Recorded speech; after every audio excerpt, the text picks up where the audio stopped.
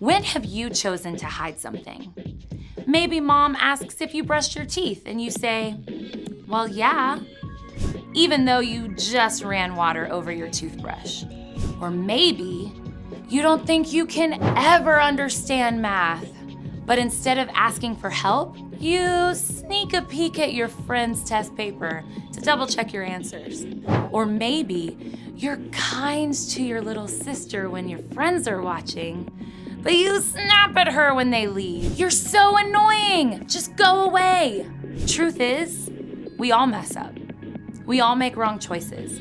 And instead of owning up to what you've done, it's easy to start hiding, to cover up, to show the world a fake smile, while inside you feel angry or ashamed. But there is more to the truth. No matter how badly you mess up, you are deeply loved. The God who made the entire universe knew you and chose you before the world began. There is nothing you can do to make God stop loving you. When you begin to know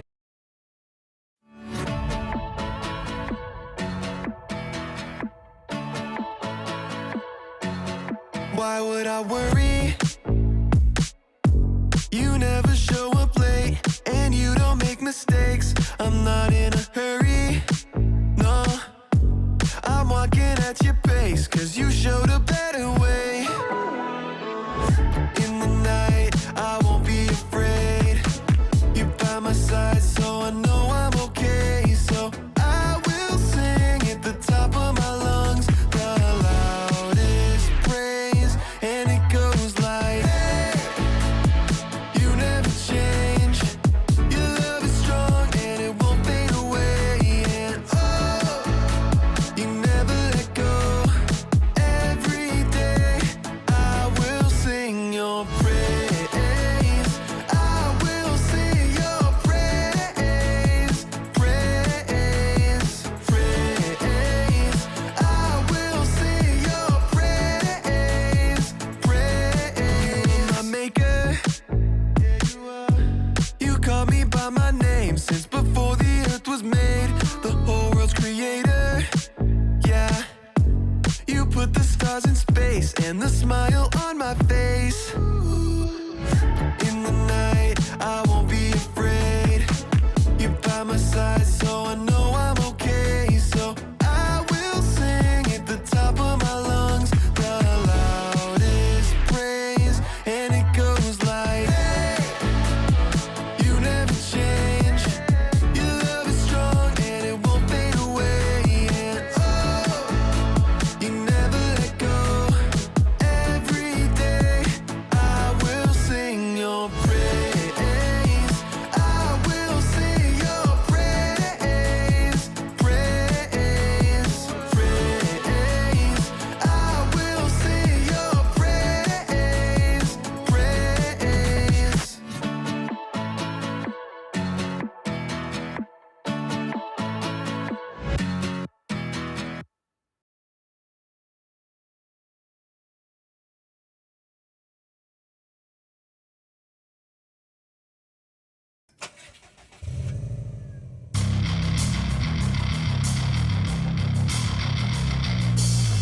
Gentlemen, head to your race cars. It's go time!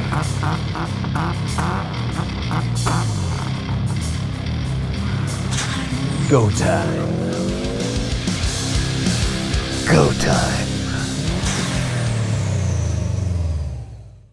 3, 2, 1, go!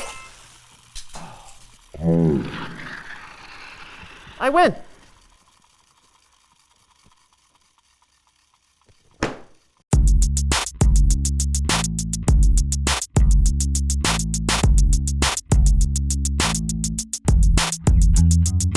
Hey everybody, I'm Brandon. And I'm John, and welcome to the So-and-So Show! This month we are talking all about integrity. When you have integrity, that means you can be trusted. Really? You think you can just come out right out of the gate and announce a big spoiler just like that? Yeah, I think I just did. Well, tell me more. Who do you think is the most integritous person you know? That is not a word. Sure. Okay, fine. Probably my barber. You sure about that? Hey! You know what? I think I know a better one. What, your grandma? Nope. Your mailman? No. A pit stop worker. A pit stop worker. Yeah, you know the pit crew for race car drivers? The car rolls into the pit stop and, the crew super quickly makes adjustments to the car, like refueling it or replacing the tires. You know what? I think you're right. They do need a lot of integrity. Yeah, right? You've got to be able to trust them. If they didn't have integrity, they could ruin the race or even get the driver hurt. They keep you safe and they help make your dreams come true. It's true. So true. I want to be one. Really? I think pit crew workers have to be super strong, so... What? I'm strong, but I don't like the smell of car exhaust. Well, there goes that dream. No. I can, what if there were, a pit crew for life? Everyday moments that need help, assistance, integrity. I'm not sure about that. Oh, you will be, my friend, you will be.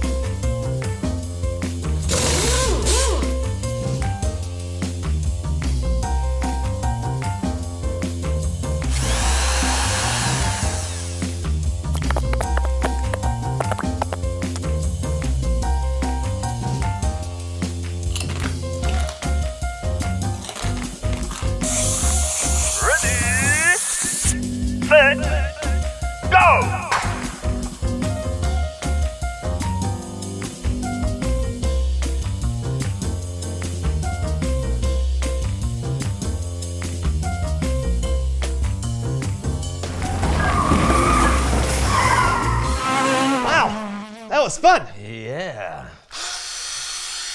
Now, what else needs my help? Maybe we should just leave things the way they are. Never! The door! Yeah! It's Bible story time with Kellen! Woo! No! Can you smell that?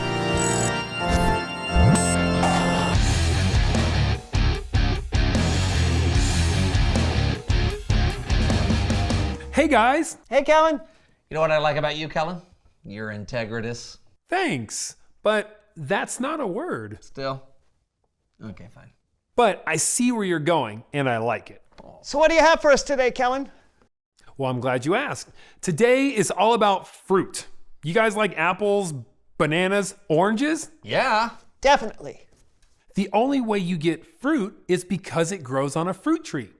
When Jesus was on earth, a lot of the people he met and talked to were farmers and people who knew all about growing fruit trees.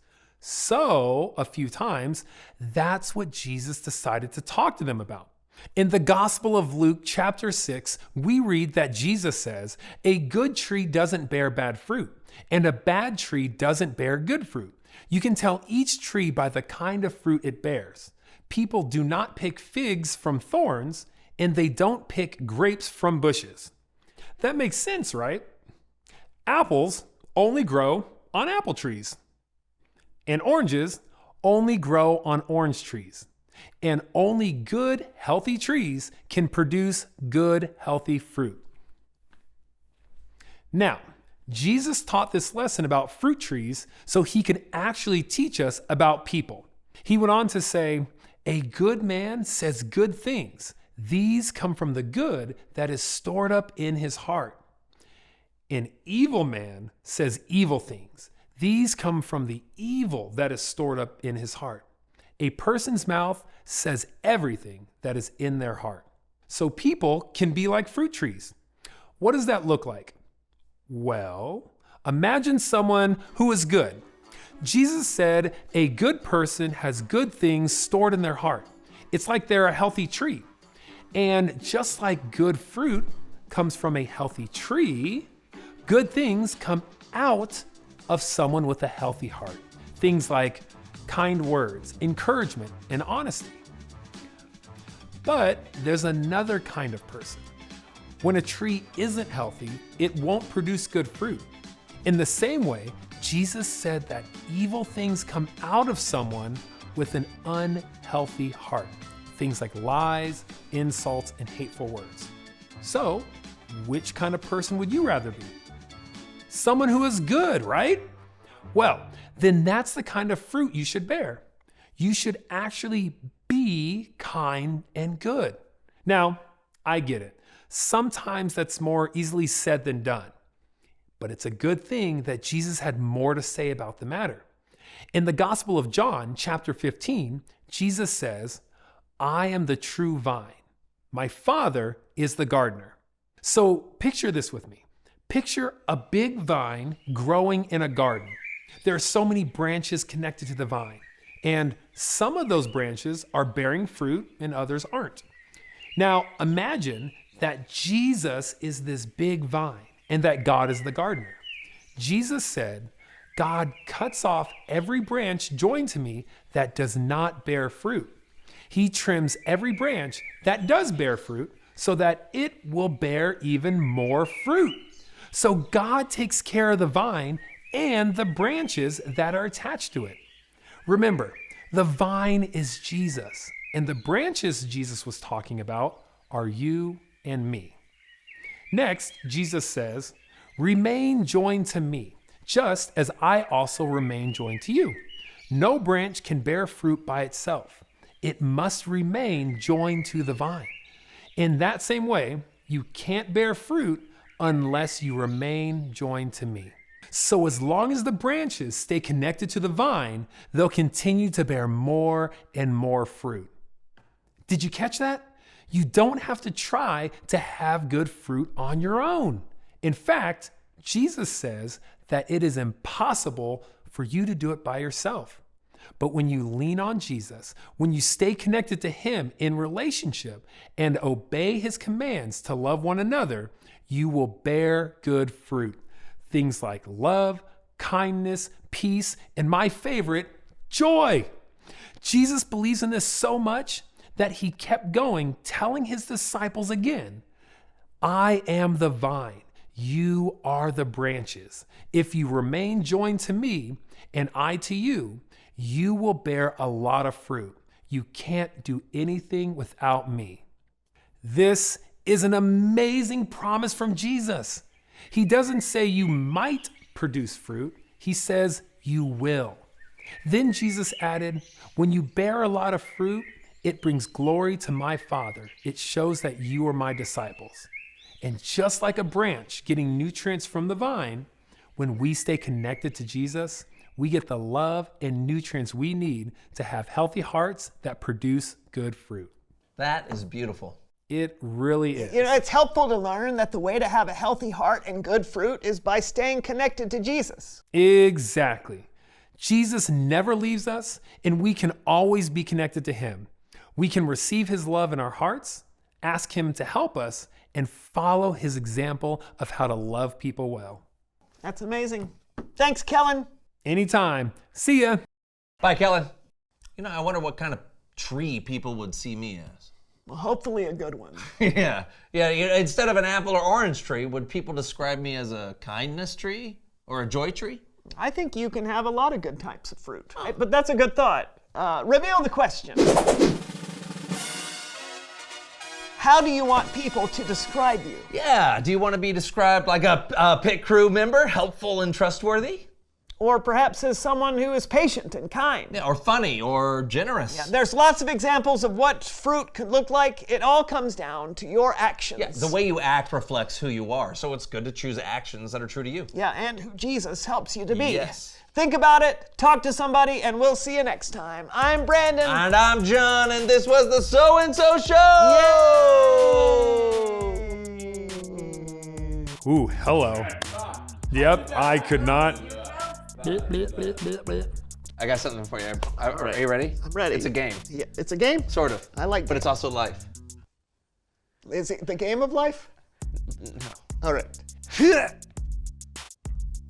What am I? Statue? No. What kind of tree am I? I gotta bear good fruit, right? Sure. Palm tree? No. I do have palms, though. Oh, good. Yeah, but That was close. I'm not a palm tree. Pear? No. Pear tree? No. You know it's a metaphor, right? You're not actually a tree. Oh, I did it! I'm an apple tree! Where did that? Yeah, I knew I loved apples. See, look at that. Go! How are you doing Oh, this? and a banana. I got a banana. What's a metaphor? Is that the one with as or like?